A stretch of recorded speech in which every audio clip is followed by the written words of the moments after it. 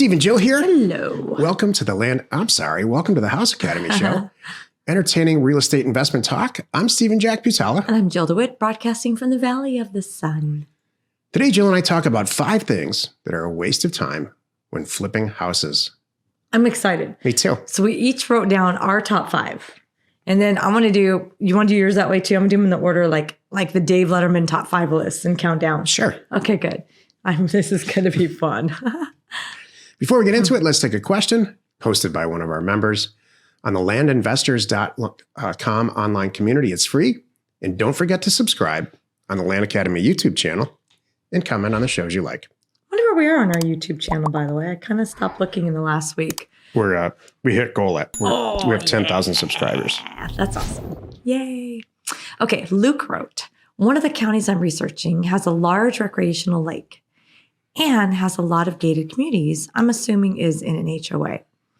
Should I avoid this county or continue the research? Let me go back. Large recreational lake, a lot of gated communities. I want to avoid the county, but I would search outside of that area. This is a popular topic. A lot of people had a lot of things to say. Most of the comments in Discord are the same as mine. Yes, you should avoid it.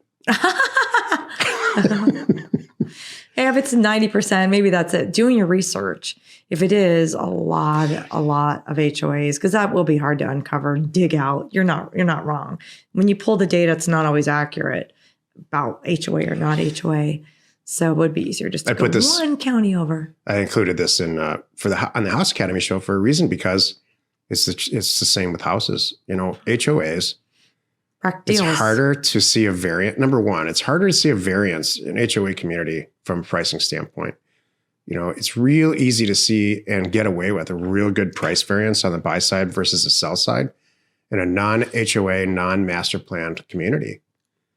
You can see one house that was built next to another house built at the same time, completely different style, different square footage. So you can justify buying one for $200 and selling the next one for $400. Mm-hmm. I understand. So in a master planned HOA community, the same for land.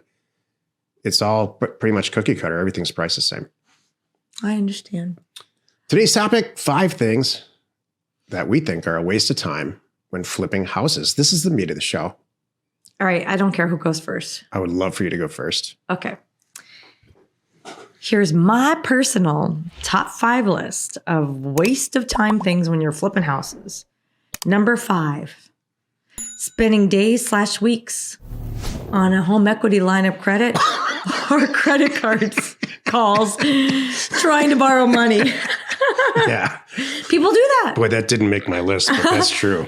That's a waste of time. Don't start the process by, I need to put some money together. Let's see if we can take out a line of credit. Hold on a moment, everybody. That's not what you should be spending your time on. And I'm glad you like that. Number 4, pre-purchasing windows, doors, or carpet or paint since they're on sale in January. What? This is a Jill joke show. This is kind of funny, but hold on a moment. This is stuff people do.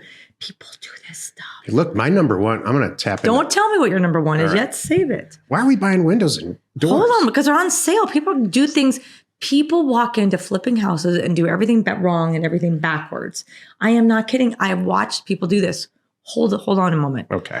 Number 3, ordering the DIY channel on HGTV and thinking that's how you're going to learn. This is a Jill joke episode. Well, no, but it's stuff that people really do. Turn off HGTV. She's right. That's what I'm saying. That's all just entertainment. It's not a Jill joke show. It's actually entertainment, but this is true things that people do. Unlike this show, there's no entertainment value. And that's true. Only good advice. Well, I'm trying to save you right now.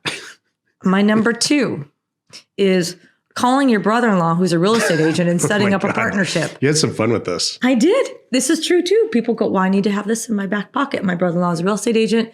Let's open an LLC. Let's get all ready. I've got my line of credit open. I've got wood flooring in the garage, and I've been watching HGTV. People do this. That's absolutely the opposite way of how you want to do this. That's what the show is. The top 5 things that are a waste of time. I know my number 1 is driving for dollars. Oh, geez, Jill. You knocked it out of the park on these. Thank you. I have some different ones. Okay, let's hear yours. Mine are not in order. Number 1, but they overlap Jill's a little bit. Okay. Number 1, you never. Wait. Are you going to go 5, 4, 3, 2, 1? No, they're not in any order. Oh, okay, got it. You just don't ever want to use your own money with houses. See? All right? You just don't. It's what you want to do, here's your job when you buy a house to flip it. You want to use data. You have to make data-driven decisions and send out offers in a data-driven way. And I go through this in excruciating detail in the House Academy program. And he means excruciating. Yeah, excruciating for Jill. So you use data to price this stuff out. So when somebody signs the offer, just like in our land business, and they send it back, it's already priced as is, where is, with a few variables, because you haven't seen the asset yet, you're going to make $100,000 on it. Yeah. So, and you might be okay with a hole in the roof because you priced it that way. So unlike land, you can fund your own, you can get far fast with your own money. Right. With houses, it's different. You might spend $400,000 to generate $500,000. Mm-hmm. And so you get 3 or 4 of those going. If you have a few $1 million laying around that you're willing to just place like this, then you're good, but you're in the definite minority. The fact is, you want to use other people's money to do this, and you want to get a partner that that understands you. Correct. And so don't use your own money. That's number one. Mm-hmm. Number two, and I see this all the time, pricing land and pricing houses is dramatically different. When you price houses, you want to be in at around 70 to 80% of the existing retail value or existing wholesale value. So cheap doesn't work. Works great for land.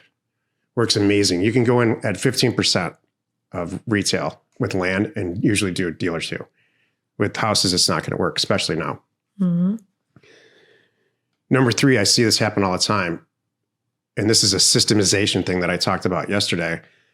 Jill and I did one deal one time last year, maybe the year before. It was before COVID. She held an open house because it happened to be in a market that we're really familiar with and it was close to us. Right. We collected, 9 or 10 good buyers. Mm-hmm. That and one bought the house. Yeah, that still don't leave us alone just from that because open they're house. renovators. Uh-huh. So you want to make sure you're collecting a good buyers list. What number are we on? Number 4-ish. You have to make sure that you have some version of the boots on the ground. So when people transfer or cross over from the land business, there's not a lot of on-site stuff that happens with land. You can buy it. You look on Google Earth. You call a real estate agent. They list it. You get a drone pilot, the whole thing. You can do it from your desk. With houses, you need boots on the ground. You absolutely need a presence to help whoever is moving out of the house or selling the house, because they all have issues like, I need to move all this stuff out of my basement or whatever. So that needs to be addressed. And we address that. There's 2 ways to address it. One, you get a really good real estate agent that's into it. Or number 2, you get partners. And so we've done both. And I see everyone make this mistake. Everyone. They don't, for some reason, this is different in houses and not in land. They don't establish a purchase price before they start doing the deal. God, that drives me nuts. I don't get it. Drives me nuts. Even now and then it comes up with land, but more with houses. Everybody gets all excited. They want to sell. And now like, don't do anything yet. What's the price? They could be in their head thinking retail because the guy across the street just sold for $1,100 a square foot. And that's what they're thinking. And you're thinking $500 a square foot. There's a big difference. Exactly. There. You can't get excited yet. Here's my final point. I know I went over my 5, but this is really, really, really important. If there's one takeaway, it's this, I think. Do not ever renovate a house. Never renovate a house. Buy the property and resell it to somebody who's going to renovate it and mark it up how you think is appropriate. Yeah, I mean, that's the whole point here. If it's your hobby, if you have a lot of money and a lot of time and a lot of energy, and that's what you want to do. You love failing. Well, no, that's what you want to do. Because hold on a moment. Some people, usually it's just like primary residence. Some people are going to lovingly put in, like my sister and brother-in-law lovingly just did their downstairs, put in floors. It took like a year. Because he did it himself. He wanted to. That's not to make any money. That's a whole different thing. So if you really want to make some money here, get in, get out. Let somebody else take that time and energy and whatever. I don't want to say the word risk, but whatever you want to call it, that responsibility on, and you move on to the next deal. Yep. Your job is the same job that you have in your land business, which is buy and sell assets. Make sure that you buy them correctly, meaning inexpensively, and that you're the orchestra leader, and you're sitting there telling everybody what to do and when to do it. how much it's going to cost, and then reselling the asset. Your job is not to get in there and pick up a hammer. So, and here's the thing, we've got real numbers. I can show you a flip that we did on a house. These are both here in Phoenix. Cash in, cash out 30 days, made more money, or about the same money, by the way, as one that we did, it was 45 days, and that was pretty darn fast, moving walls, 45 days for just the renovation. That was really fast. First we had to buy it, do the renovation, then we had to sell it, right? So not even extra time. And when we really sat back into the math and what we could do with A, just marking up a little bit, moving on, and B, sticking with land, it was like no brainer. Yeah. That's the reality. We are here to save you. Happy you could join us today. 5 days a week, you can find us here on a version of the Land or the House Academy Show. Tomorrow, the episode on the Land Academy Show, well, it's Jack Thursday, and I'm going to talk about 2022 land budgeting and goals made simple. You are not alone in your real estate ambition. No, I was like, you know me, I spend time on Clubhouse. I spend time in social media and things and looking at people they are all into flipping houses.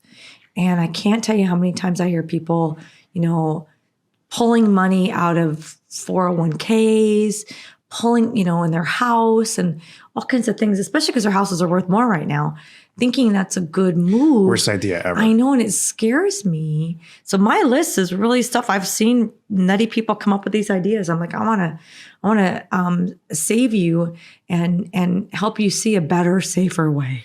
When is taking on debt a good idea? I know. I'm asking you. Let me think. I need a minute. I can't come up with anything. There's two times that I think taking on debt is a good idea. Number one, when you're buying an asset that is so much cheaper than that you can resell it next week for a lot more, there's an argument that you could take on debt to do that. But why? Why wouldn't you just get a partner instead? Yeah, that's easy. Is taking on credit card debt to pay for anything ever a good idea? No. Is taking on any type of tertiary debt, which is meaning non-asset secured debt, ever a good idea to do anything? No, it's not. It's always better to take on a partner, in my opinion. Does it cost more to have a partner? Yep, it does. But what it does is allows you to diversify the risk, and it allows you to do what you're good at, which is find assets that are underpriced. That's all we do here using data. That's what we do.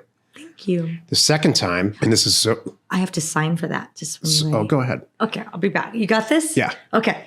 I'll close for you. The second time when it's okay to take on debt, and it's very, very unusual, and it doesn't happen very often, is non-recourse debt that is secured by an asset. So for some reason, this is popular, or it's useful or used in trailer parks, which are an amazing investments. So if you can find a trailer park that's worth $4 million, you've negotiated a deal where you're going to buy it for $3 million. It's worth $4 million. You're going to buy it for $3 million, and your credit's real good, and you are in the real estate business. It's not that hard to go to a bank and get a non-recourse loan, meaning you're not the loan's only tied to the asset. It's not tied to you in any way as a personal guarantee. So if something goes sideways, they take back the asset, and that's it. Everybody walks away and they shake hands and it's over. So that's, I really think, the only time you should ever really take on debt, other than obviously a well-purchased primary residence. If you need access to any sort of ownership or property details, including owner phone numbers and FEMA flood map overlays, please check out parcelfact.com or neighborscoop.com. Created by investors, that's us, for investors like you. Thanks for tuning in. We'd love to connect with you tomorrow in Clubhouse. This Thursday, so join Jill every Thursday at 1 p.m., every other Thursday, I should say. Go to the Clubhouse and look up Land Investing Club. We are Steve and Jill. Information and inspiration to buy undervalued property. We hope you found our content valuable, and we appreciate your support. If you have not already, please check out our channel and hit the subscribe button. And your comments and suggestions help us to create the content you're here for. Hitting the like button helps to support our channel's algorithm and gauge your interest for future shows.